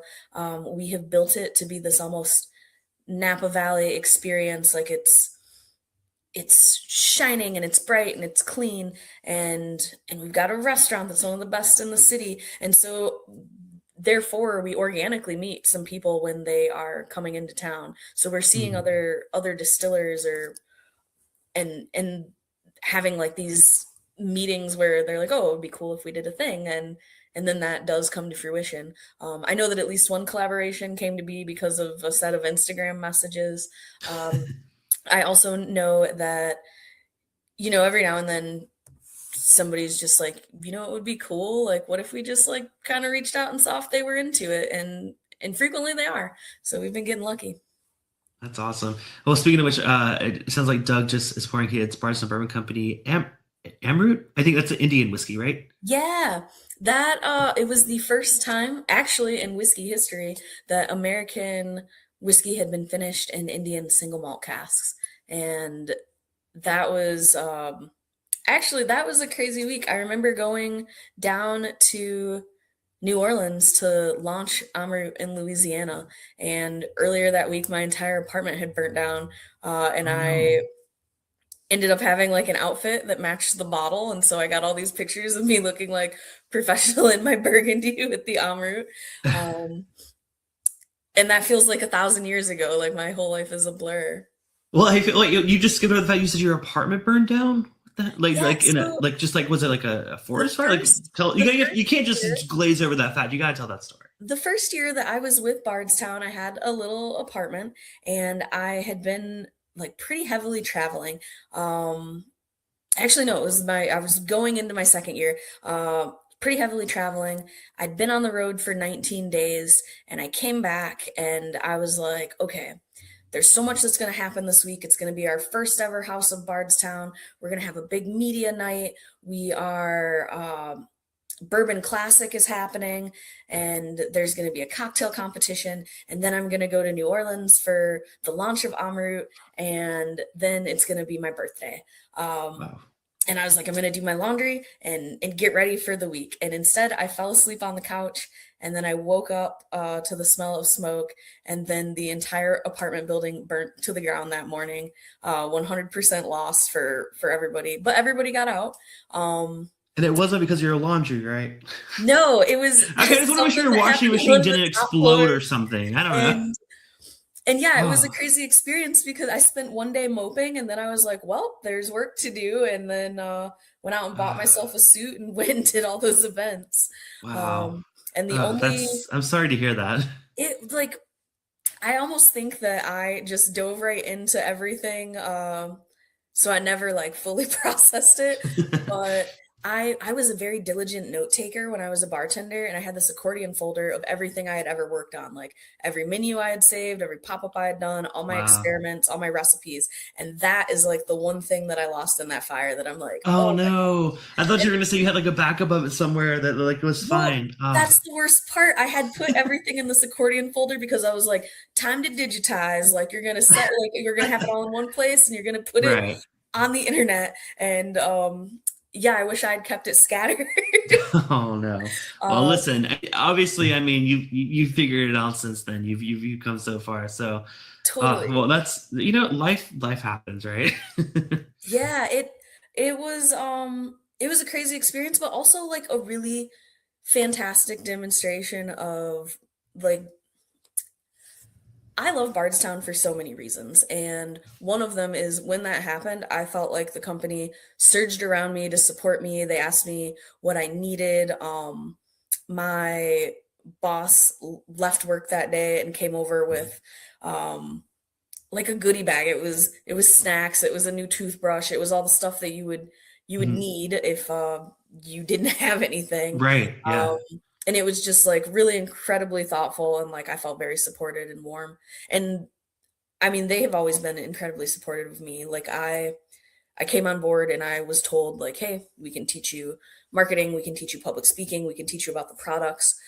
We do not know what it's like to be a minority woman in the whiskey industry. And so they introduced me to Tracy Franklin, who was one of the first ever Black brand ambassadors for Scotch, because they were like, we want you to have Okay. a person to talk to that understands what you're going through, and can support you in it because we just don't know what that might feel like. And I thought that was like a really, really thoughtful thing. Like I was told, you just left Michigan, you left most of your support system, and we want to make sure that you're supported in every direction. Wow. That's awesome. Well, what did you? I mean, I guess that's something that I've never really thought about. Like, what was that process? Realizing because I mean, honestly, just women in whiskey in general is kind of been a thing that like thankfully now like in the past 5 to 10 years there have been so many incredible women that have contributed to whiskey. But being a person of color, like what has that journey been for? Have you seen a change in the industry since you've been involved? I feel incredibly lucky because I have been very welcomed. Bourbon Women has been Mhm. incredibly supportive. The Black Bourbon Society, when it still existed, also Mhm. incredibly supportive. I feel like everywhere I go, I find a lot of love. And it's not that I wasn't expecting it, but I do think that whiskey is a traditionally male space, and no one has ever made me feel like I didn't belong or like I didn't have a seat at the table. So I think that always improvements can be made, but Sure. that rapidly it is becoming incredibly diverse. Yay, Um, progress. I've actually I had the Black Bourbon Society on the channel, like you said, back when they were existing. And it's just I've always been a supporter of finding, not that I don't love our, master distillers that have been in for generations, but I love finding new faces and new people in the industry. And I think, when I had the opportunity to interview you, I'm like, yes, like I want to see more young people, more diverse people like on the channel. And I just like highlighting and bringing it up because I feel like you said, it is still a very male dominated space. And I think, this industry could use some diversity, whether it be across the board, just across the board. So Totally.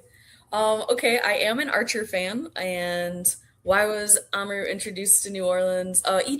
Each state has its own launch, so I just happened to be there for the one in Louisiana.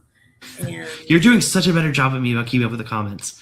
oh, I do want to mention, so Tony, so yeah, actually I went to Lexington in end of October, or no, sorry, November. Man, this past 3 months have flown by for me. I was in Lexington, and we did take a day trip to Louisville, and we did visit the Whiskey Row shop for Bardstown. Yes, we did. oh, nice. And my first time, actually, I've only been to Kentucky twice. The most recent time was that time. And then before that was back in 2019. I think the Bardstown Bourbon Company, you guys had just opened a facility, because I went towards the beginning of the opening. There was like a restaurant there. You guys had you didn't have like a full whiskey bar at the time, but you had like a back room that had all the vintage bottles available. I We definitely do sampled from some of those. we do have an incredible vintage library, and it's one of my favorite places at the distillery. It's in a back hallway, a really gorgeous little room. But we try to celebrate whiskey as a category. So Mhm. everything that's in there is, I think, someone that we really respect, or that has done something cool in the industry, or bottles that are things that you can't get anymore. Like Mhm. if they're like, whether it's because they've changed locations or they're using different rick houses. There's so many variables where you can't make it taste like it did Oh, 50 or definitely. 100 years ago. Emily. I also agree, and I think that women tend to have stronger senses of smell, so I agree. they're I've actually always heard that, and I think that's why I say I'm really awful at nosing notes. That's why I defer to you. No, I've always heard that. And I think even like the women that I've been around with drinking whiskey with, I mean, they'll say a note. I'm like, absolutely. Like, why did I not get that? So I agree. Fancy Franchi says their vintage library is amazing. We've experienced a few pours from there. Nice. All right. Well, we're um, gonna. I don't want to run out of time before. Oh, go. You were gonna say something. totally. Sorry. Well, our favorite non-whiskey spirit, I love gin and I love Amari. I Oh, love nice. My favorite Amaro is Maletti. But my second favorite is probably shucks, maybe Braulio. That is a category I'm not very familiar with. I do love gin. My husband loves gin, so I'm around gin all the time. So that's kind of his go to. I do love gin though. You know what's funny is I had a whiskey that I reviewed on my podcast this week. That if you would have told me I was nosing a gin, I would have believed you. It was actually the Copper Burks. They're out of Seattle. They do Okay. American single malt. They don't do bourbon, but they do American single malt. And they have a new one called Kilt Lifter, and Mhm. it's a collaboration with a beer brand out of Seattle. And that nose is like pine and juniper. I was like, are they tricking me? Did they put this in the wrong sample bottle? But that was the most whiskey like gin I've ever, or most gin like whiskey I've ever had. All right, well, Okay. let's go on to our third one. So this one, so you guys have done a Ferrand collaboration before. This is the second one that's come out. I think the original was in a black label, if I remember Uh, correctly. yes. So the original was a blend of a 7 and 11 year Kentucky bourbon. It was 110 proof, and it rested in the barrels for 8 months. This one, a blend of three Kentucky bourbons, 9, 11, and 12 years, and then a 6 year Bardstown Rye, rested for 15 months and 111.8 proof. So I'm glad that you mentioned that we did one before. Anytime, even if we are partnering a second time, the flavors that are going into it totally different, and Mhm. the way that it's built is totally different. So spending more time, more of a blend. This one having rye in it. So I think if you try them side by side, they're very different. But And I that's what I was going to ask you about that 95.5 rye. You guys have it 6 years old. I don't think I've ever had Bardstown rye before. I love a 95.5 rye. Have you tried it like on its own? Like what is your experience with the Bardstown 95.5 rye? so I'm gonna be honest. I have not tried. Oh, I've you're only right. You don't tried like the rye. rye. Sorry, asked the wrong Okay. question. No, no, no. I've tried the rye distillate, so like fresh off the still. Sure. I've actually made bitters with the rye distillate. Oh, Um, fun. I've tried the single barrels because we do a lot of single barrels with the rye, but those all have the cherry finish on it. So I've never had it before the cherry finish. Okay. Um, But now that you've said that, I feel like they're like I'm about to go hunt it down. Well, it's just interesting because I mean, I think 95 rye is like my first experience with rye was a 95.5 rye, and I think it's what made me, it's not that I'm always grabbing one that's that mash bill, but when I do see that mash bill at a relatively like 6 years old or older, it's just like I just think it works really well at an older age. I always say rye tastes older than it is. So like a Totally. 6 year rye tastes just to me like an 8 or 9 year bourbon. So that's why I was curious about that. Yeah, so I mean, 95.5 is a popular rye mash bill. Mhm. You'll find it all over the place. Green River has a 95.5 rye. Mm. I did have Green River for the first time actually. It was their oh shoot, I forget which one it was. Shoot. I don't Um, remember. I'm sorry. But like I did have it for the first time and I really enjoyed it. It was just a single bottle of it I had. It was a foolproof. Was it just called a foolproof? Green yeah, I River was say, I bet it foolproof? was the foolproof. Okay. Yeah, yeah. I love that bottle. Actually, yeah. Yay. It was but I know you guys do like a lot of Green River does a lot of weeded bourbons as well, right?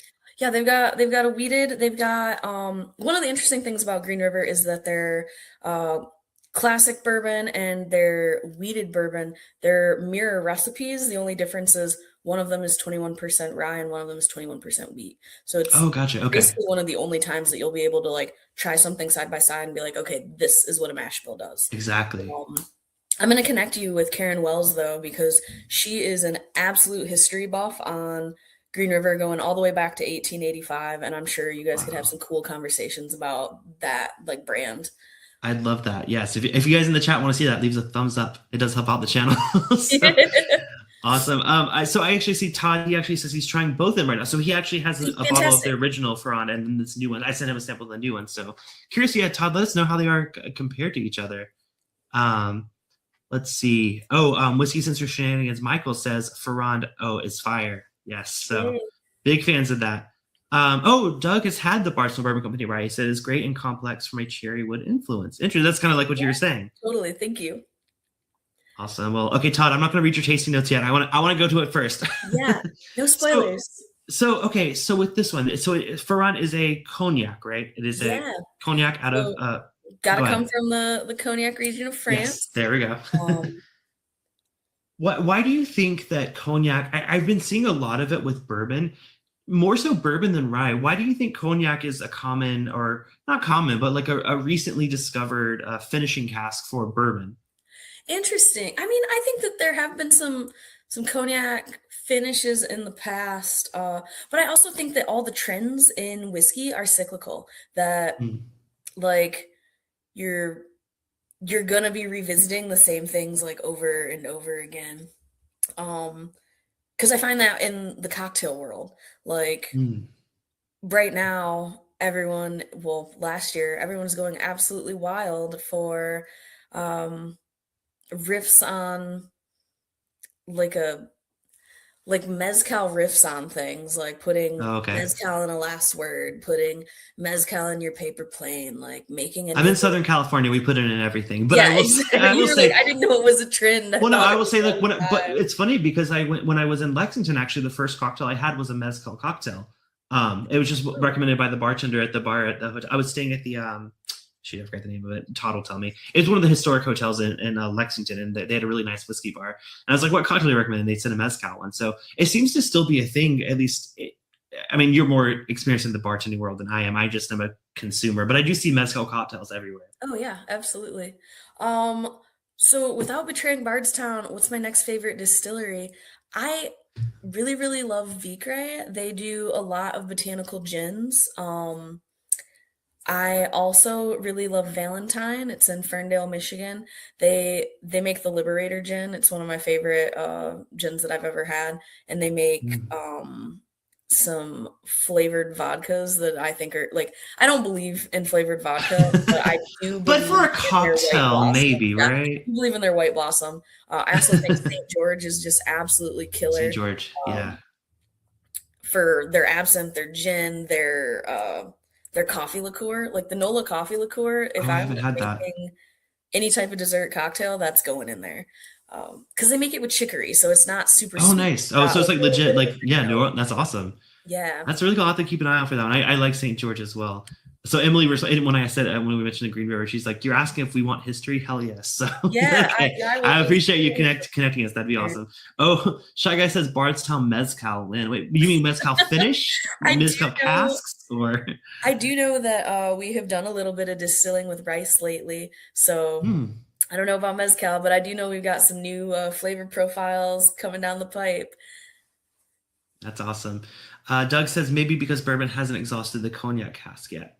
Oh, Yeah, because like that's why they keep going back to cognac cask. could Interesting. be. Maybe I would say on the nose on this one, I'm getting a lot of like nuttiness. I think more so than even the Discovery. It's a darker nose, almost like a Nutella, but not quite as sweet. It's more of like it is that hazelnut, but it's like a darker hazelnut on the nose. Hazelnut is a great tasting note. Yes, absolutely. Um, when I do sensory experiences with this, I use golden raisins Oh, and okay. milk chocolate.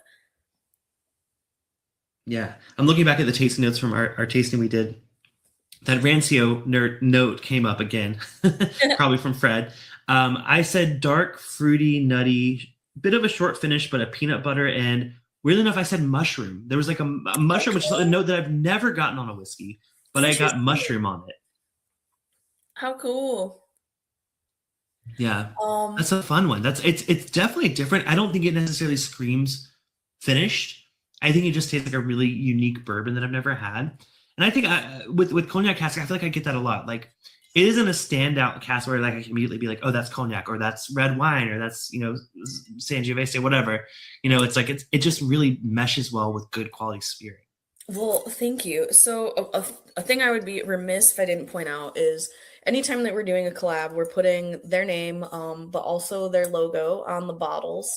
And one of the reasons that we're doing that is so you know where the flavor's coming from.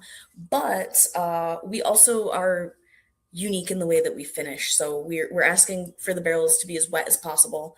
Um, we pump them full of argon gas, so we're pushing out all the oxygen, saran wrapping them, getting them in refrigerated storage, and to us as quickly as possible. So I think we have a lot of really integrated flavors because Mm, we're not just getting like whatever's left over deep in dry wood. We're getting a little right. splash of the actual spirit, and the wood is still very saturated.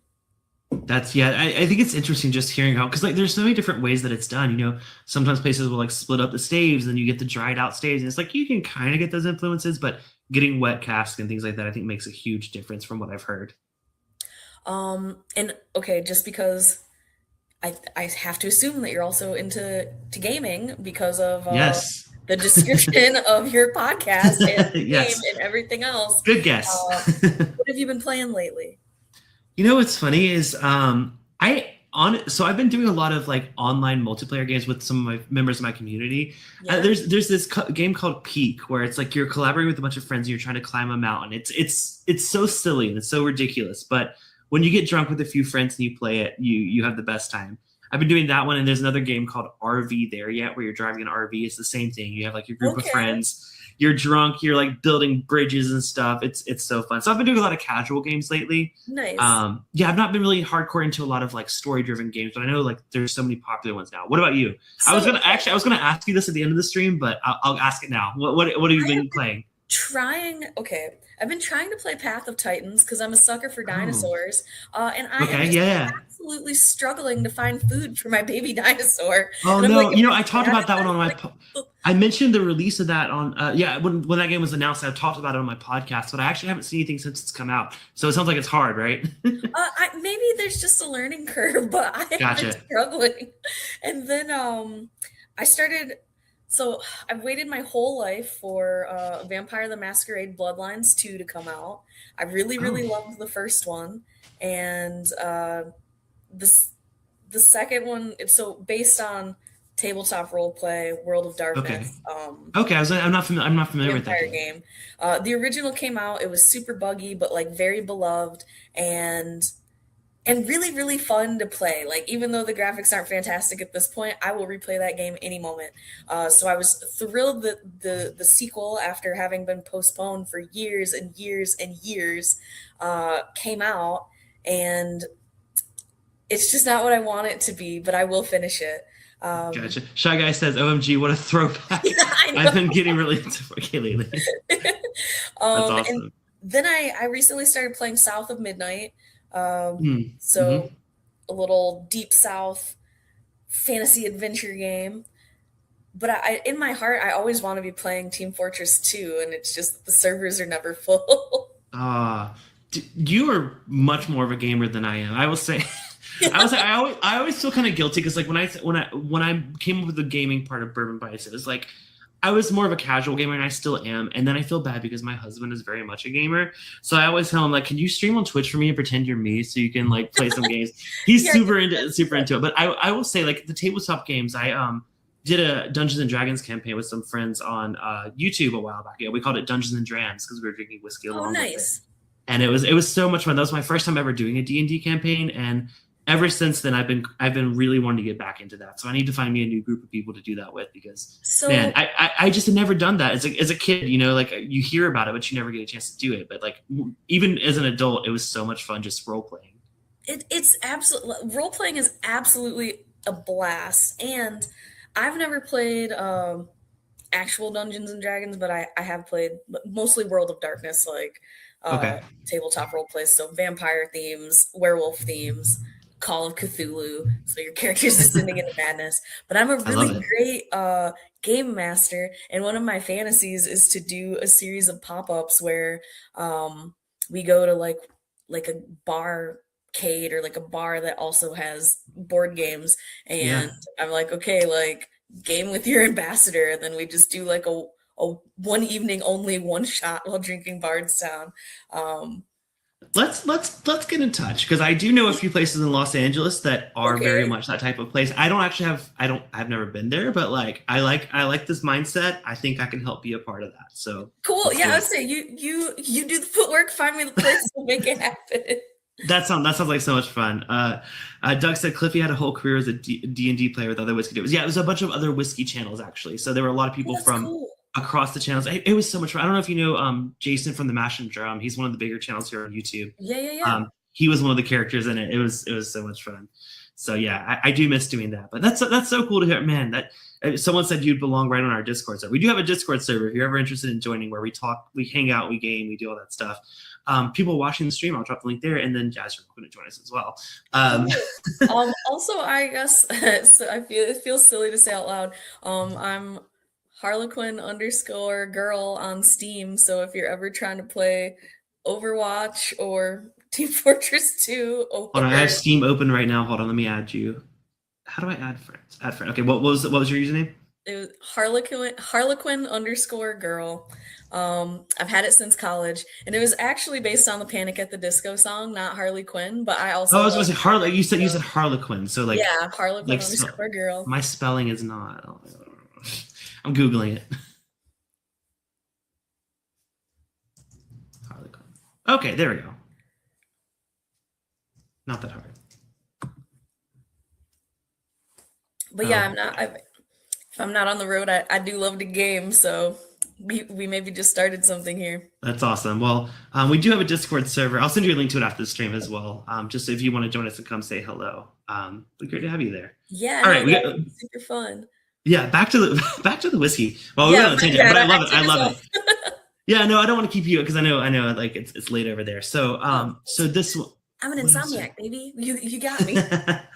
Yeah, so this one was a ton of fun. I mean, I think the Discovery 13 is still my favorite. That's just like when I tried this lineup, I'm like, that is just quality bourbon. It justifies the price point. It actually, like I said, I'm putting together a list of my top whiskeys of the year, and that Discovery 13 may have a place on it. Not guaranteed, but like I've been ranking my like, top 15 of the year, and it's on my top 15. So I'm trying to narrow it down to my top 10. Yay. Well, So thank you very much.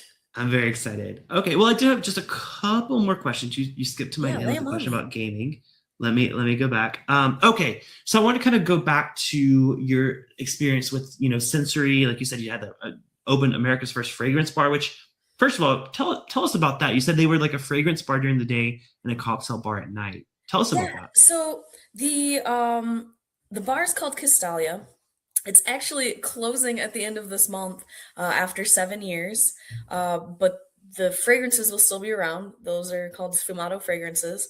And it all came to be because a man named Kevin Peterson was a combustion engineer for automotives and decided he wanted to become a perfumer. And then he was trying to Hmm. figure out, how do you make somebody sit with your fragrances? Like, even if you have a brick and mortar store, like, people will smell them and then they leave. So he Hmm. figured, okay, how long does it take to drink a cocktail? If you have somebody sit down and interact with a scent for that long, maybe they'll be drawn to it. And Hmm. so he built this incredibly thoughtful concept where perfumery by day, and so at nighttime, like, benches fold out from the walls, the displays fold into the walls, and the menu changes every season, but the fragrances remain the same. So they're 8 all natural fragrances